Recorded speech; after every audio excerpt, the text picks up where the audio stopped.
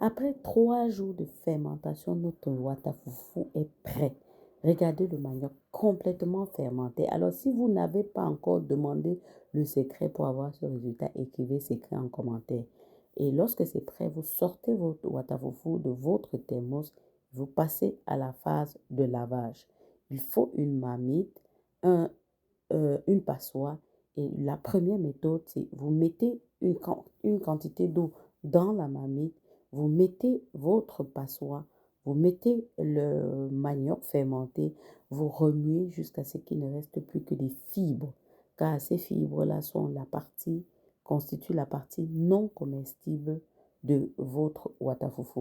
La deuxième option, c'est suspendre la passoire, ouvrir un filet d'eau, remuer jusqu'à ce qu'il ne reste plus que des fibres à la fin du processus.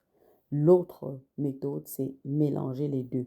Vous commencez à l'intérieur, comme vous voyez dans la vidéo, et vous terminez avec la passoire suspendue. Vous remuez jusqu'à ce qu'il ne reste plus que les fibres. Donc, quelle que soit la méthode qui vous convient, vous l'utilisez jusqu'à épuisement de tout le manioc que vous avez mis à la fermentation. Pourquoi il faut absolument mettre un peu d'eau? C'est parce qu'à la fin, vous allez mettre ce manioc dans des sacs pour drainer. Donc, si vous mettez trop d'eau, le drainage sera compliqué et vous allez même perdre votre watafufu parce qu'il pourra passer par les mailles du sac.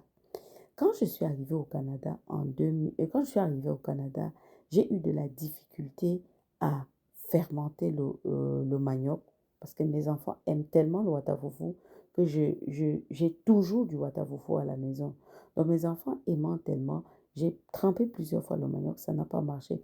Jusqu'au jour où ma soeur d'une autre mère, Madame Nyome Leslie, m'a expliqué comment je pouvais faire.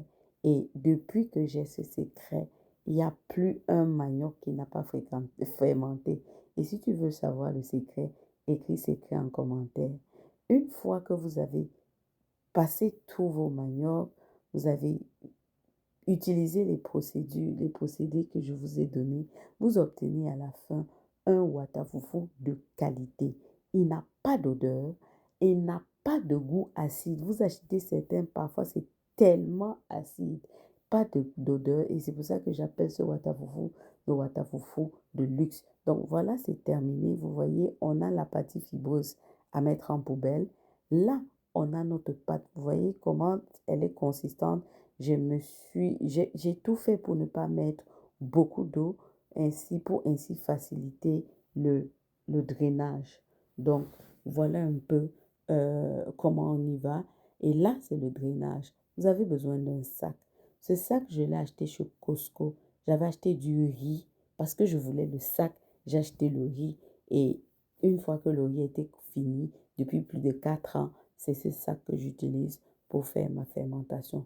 Pour tous ceux-là qui ne sont pas capables de passer par ce processus, je peux vous accompagner.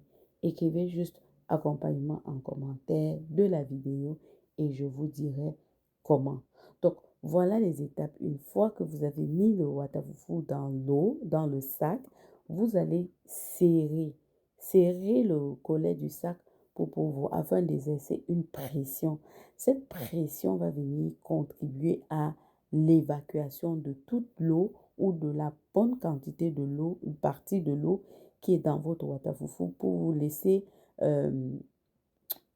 la partie consistante sans eau que vous pouvez conserver, que vous pouvez stocker facilement.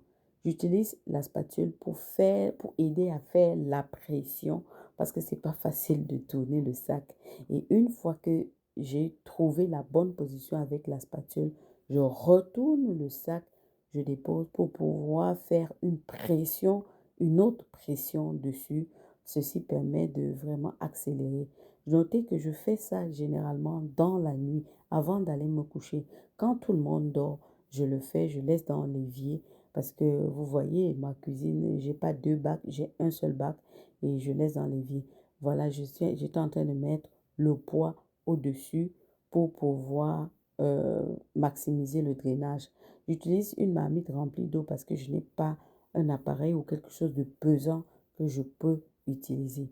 Là, on est le lendemain matin. Vous voyez, il y a plus de lumière. Notre foufou a drainé pendant que nous étions endormis. Et voilà le résultat ce matin.